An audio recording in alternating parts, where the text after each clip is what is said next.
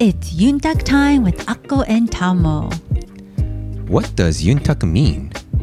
It's an Okinawan word from the islands of Okinawa, which means chit-chat. We want to invite you to our kitchen table and include you in our chit-chat to explore new ways of thinking, to welcome different perspectives, and learn better ways to live life. And we want to share ideas on how to love yourself, love your partner, and shower your children with love. Happy belated Father's Day, everyone, for all the fathers out there.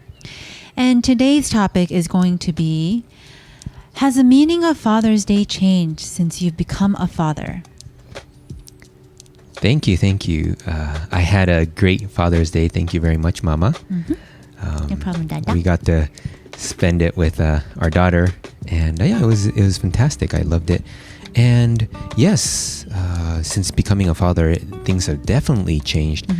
And it's a great time to reflect and look forward into the future and how I want to grow as a dada. Yeah. That sounds good. And so, before I share my perspectives and vision I have for being a father, maybe you can share a little bit about how it was growing up with your father. So maybe you can share some stories and things like that. Yeah, for sure. I had a pretty good childhood in a sense that I was the only girl. So I'm the baby girl. I have two older brothers who are much older than me to a point where they thought that a lot of my friends thought that they are my father.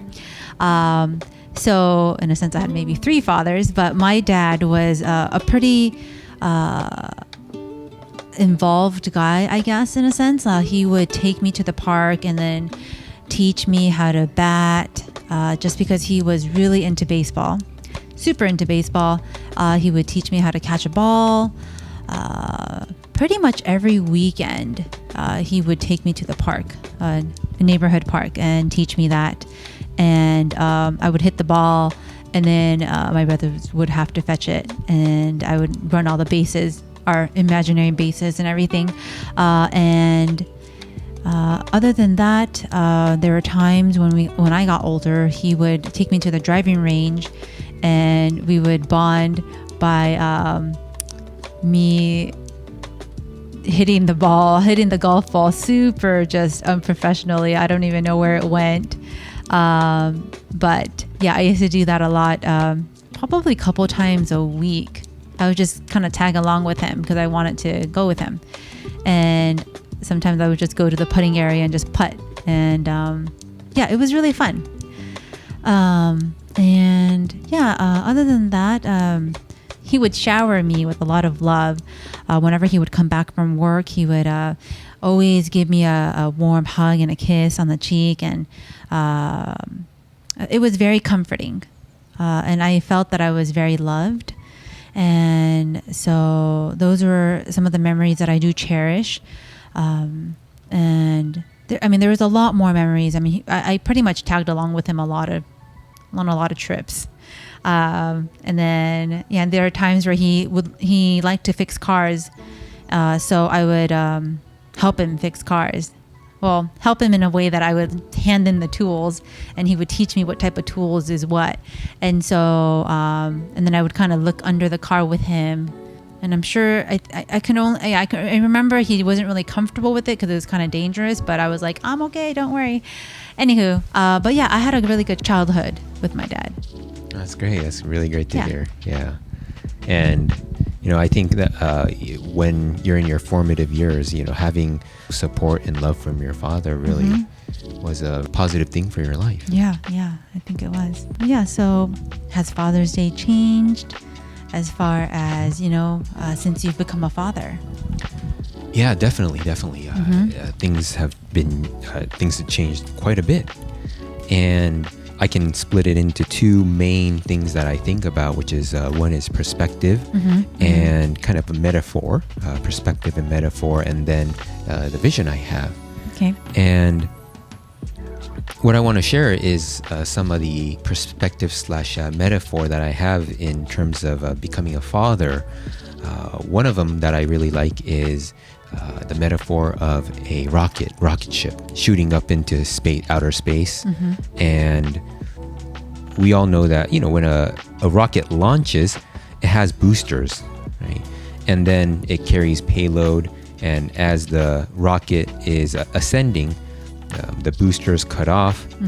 And then there's a few stages to it, and then goes into orbit once it goes out of majority of Earth's gravity. And that's kind of how I see raising a child. For us, the payload, we're the rocket, and our children can be seen as the payload, right? And we want to do our best in order to get them to orbit and for them to succeed in the ways they want to succeed, not in the ways that we want them to succeed, but in ways that they can achieve their dreams, their visions, and to leave the world in a better place than they were born into. And so that's one of the metaphors that I keep in my mind. Another one is staking of a tree. So when a tree is young, it can grow obviously in many directions. Hopefully it grows up straight. But sometimes when maybe the soil is unstable, or there's a lot of wind, or maybe the roots are not being established, or it could be poorly planted, the young tree can start to develop a lean, and as it matures, it keeps that lean, and sometimes that presents issues for the tree. And similar to the tree, for me, I would like to be that stake that helps our children grow straight, in a sense of they are able to have a dream and kind of chase their passions, right? And not be taken astray by extraneous stuff, things like maybe especially nowadays there's so much distraction in terms of digital entertainment. And then there's also much more negative issues that can crop up in this world as we grow up. So being that stake that kind of helps guide our children until they're ready for the stake to be taken off, and they can fully mature to who they are meant to be. I like that. And a third perspective that I have is maybe more tailored towards a woman, but it's the pregnancy metaphor. And as a woman becomes pregnant, the child is one with you, right? And when the child is born, that's the first separation that happens between the mother and the child. And as the child grows, little by little, there needs to be more and more separation so that the child can have ample space, not only physically, but emotionally, mentally, and spiritually, to grow and find their own way. Right? And just like a stake that I talked about, or even the rockets, we want to take them as far as we can without stunting their growth. So that's how I see parenting from several different perspectives / metaphors. That's beautiful. Thank you. And so with that, I also have a vision, and that vision is to show our daughter what a healthy family life is. I want to show her how much I love you, right? By example. I want to show her how much I love her in the way that she understands love. That, I think that's a subtle distinction, right? Because everyone, of course, they want to show their own children as much love as possible. And that itself is very clear. But the subtle distinction that I want to make is we want to love our children in the way that they receive love. In the future, we can talk about the 5 love languages. 5 love languages, But, I think there are many other subtle things. For example, a newborn, a toddler, an infant will require love in a different way than a teenager or a fully grown adult. So being able to adjust and grow with them to give love. I think that's a really important understanding to have. And as our daughter grows, I'm sure that we'll be very much tested every single day. Yep. And challenged so that we also grow with her too. And so that's one of the visions I have. And another one that I have is to show our daughter by example to pursue her own dreams and to never stop learning, enjoy curiosity, and play with imagination. So as much as possible, keeping that youthful energy, the imagination, right, creativeness, the openness. And this is life, so things are going to hurt. We will be scarred, but making use of those seemingly bad things and turning it into a positive. So teaching her to be an alchemist, right? Alchemy is the study of turning lead into gold, and that's what we want to do. Another way to say it is when you have lemonades, when you have lemons, you make lemonade. Yeah. Right? So that's another thing that I have a vision for. And as I mentioned, I want her to leave the world better than she found it. And just like for us, we want to leave the world better than we were born into. And part of the reason for this podcast is that. We want to share some of the learnings that we've had, and we're constantly learning. We're taking courses. We're just learning through life, but challenging ourselves. And taking ourselves outside the comfort zone. Yes, I was just gonna say that. And one of the last and important visions that I have is, we talked in a previous podcast regarding the values you had and how family life is very important. And I want to foster that family vision as much as possible, which is, as you mentioned, Mama, a family, a home that is overflowing with love. Yeah. And a way you can do that is by showing unconditional love to each other. I think we can show our daughter that she's loved and how to love people too, and how to receive and just be a more well-rounded person because she's loved. And so you're saying that for us to show love to each other. Is I think key. Not necessarily, yes, showing her love, her unconditional love is very important. But more important than that, I think showing each other that unconditional love is much more deeply rooted and much more impactful for her as far as her receiving and observing the love.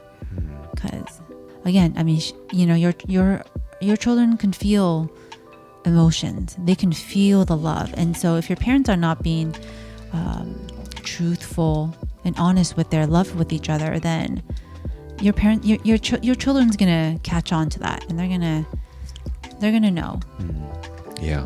And I think we also see that in our daily lives too. When we hug and kiss, she's watching us. Yeah, she loves it. She loves it. She loves it. She really likes it. And after the big old smile, she comes running towards us, and she wants her own hug too. Yeah, right in between us, which is great. Yeah. And it's not in a bad way either. It's not like, it's just, she just wants to be a part of it, which is great. And for me, I don't see how she comes over to us is not necessarily a jealousy. No, it's more not like, at all. Hey, I want to join in the love too.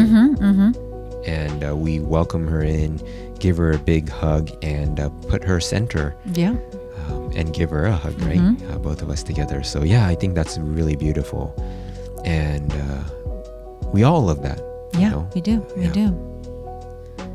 So I think it's, important. So I hope everyone can, go that extra step and show a little more love to their partners in front of their children, because it is very important. I grew up in a household where that was never shown, and so not to say that I didn't think my parents loved each other. I think they did, but it's just I never saw it. And so I made sure that, I knew that I didn't want to be like that, and that I'm going to fully express my feeling towards Dada. Thank you, Mama. Thank you. Yeah, same for me too. I think maybe in our culture, and maybe it's just a generational thing. Yeah. At the same time, culture and generation, where there's multiple different types of love, right? There's physical love, there's emotional, how you say it, how you treat them, things like that. But in most, I guess, dimensions or realms of love, it was usually muted, or in my case, I actually saw the opposite. It was kind of weird. They wouldn't be able to say directly that they really loved each other or things like that. And sometimes it might come out in a kind of a like a weird around the bush way. Right, exactly. Yeah. And it's never direct. You've helped me really kind of be more direct, and more than direct, more honest with my love, and now I'm more and more able to express my love towards you, which also in turn helps us express love to our daughter. Yeah. And if we can continue to grow that'd be great. Overflowing, baby. Exactly. Exactly. Yeah. So. Yeah. I think it's. Yes, it's coming to that time. To that time again, yeah. So, thank you very much, everyone, for tuning in. And if you'd like to chime in or leave a comment as far as what Father's Day means to you, that'd be great. If you can just go onto our YouTube channel, it will be under the name Adventures of Team Taco with a K. That's Tako. Adventures of Team Taco, and just drop a comment. Yep. And to find us, an even easier way is just type in Yuntaku Time. Oh, yeah. Search Yuntaku Time on YouTube, and you'll find it. And then, comment. All right. Well, we'll talk to you soon. Take care. All right. Bye-bye. Bye-bye.